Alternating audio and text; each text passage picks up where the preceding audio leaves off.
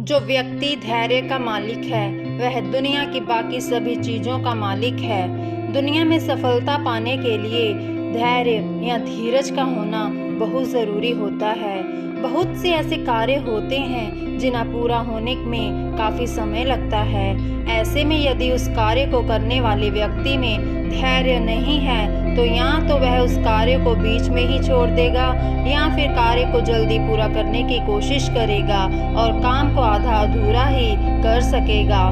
दोनों ही स्थिति में काम सही से नहीं हो पाएगा और उस कार्य में सक्सेस नहीं मिल पाएगी।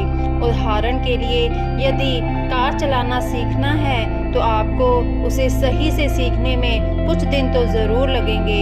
यदि आप चाहें कि आप 2 दिन में अच्छी तरीके से कार चलाना सीख जाएं तो ऐसा नहीं हो सकता। अब सोचिए आपने कार को सीखना शुरू किया और 2 या 3 दिन में ही कार सही से नहीं सीख पाए और आपने उसे सीखना बंद कर दिया तो इसका मतलब है कि आपके अंदर धैर्य की बहुत कमी है।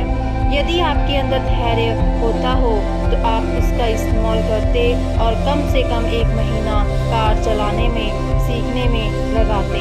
इसलिए कोई काम जितने टाइम में सही तरीके से पूरा होता है उसे करने के लिए आपको उतना समय तो देना ही होगा।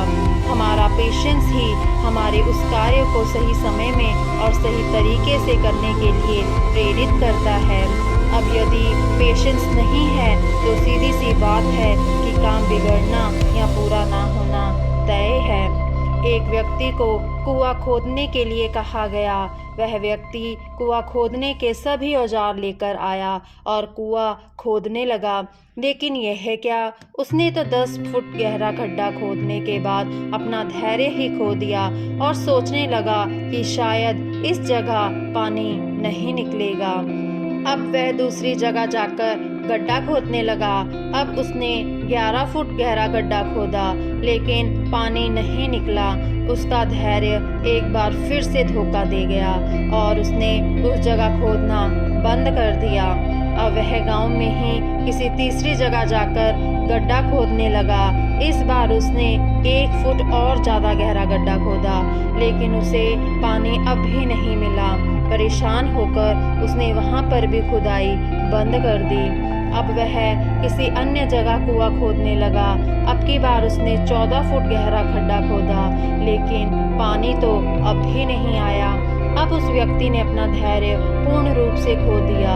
अब उसने निश्चय किया कि अब वह कुआं नहीं खोदेगा।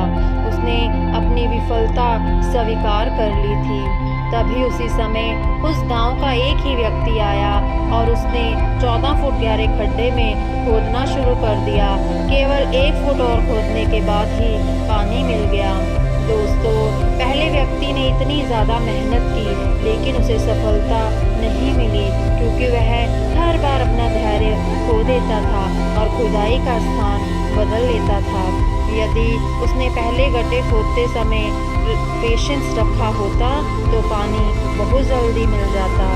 जितनी मेहनत उसने की इतने में तो लगभग 3 कुएं खोदे जा सकते थे लेकिन वह एक भी नहीं खोद सका। ऐसा क्यों हुआ? केवल और केवल धैर्य की कमी के कारण ऐसा हुआ। इसलिए दोस्तों, धैर्य कभी नहीं खोना चाहिए। सफलता पाने के लिए धैर्य एक कुंजी की तरह काम करता है। आजकल आपको बहुत से ऐसे विद्यार्थी मिल जाएंगे जिनमें पेशेंस की बहुत ज़बरदस्त कमी होती है। ऐसे विद्यार्थी अपना कोर्स भी सही से पूरा नहीं कर पाते हैं क्योंकि कोर्स को सही से पूरा करने के लिए जितना समय लगता है उतना पेशेंस उनके अंदर होता ही नहीं है।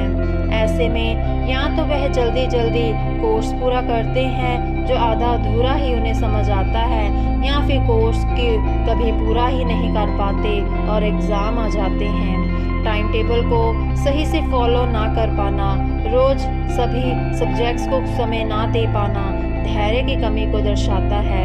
मैंने बहुत से ऐसे बिजनेसमैन देखे हैं जो अपने काम में विफल हो चुके हैं और बहुत परेशान हैं। बात करने पर पता चला कि ऐसे बिजनेसमैन के अंदर धैर्य की बहुत कमी होती है।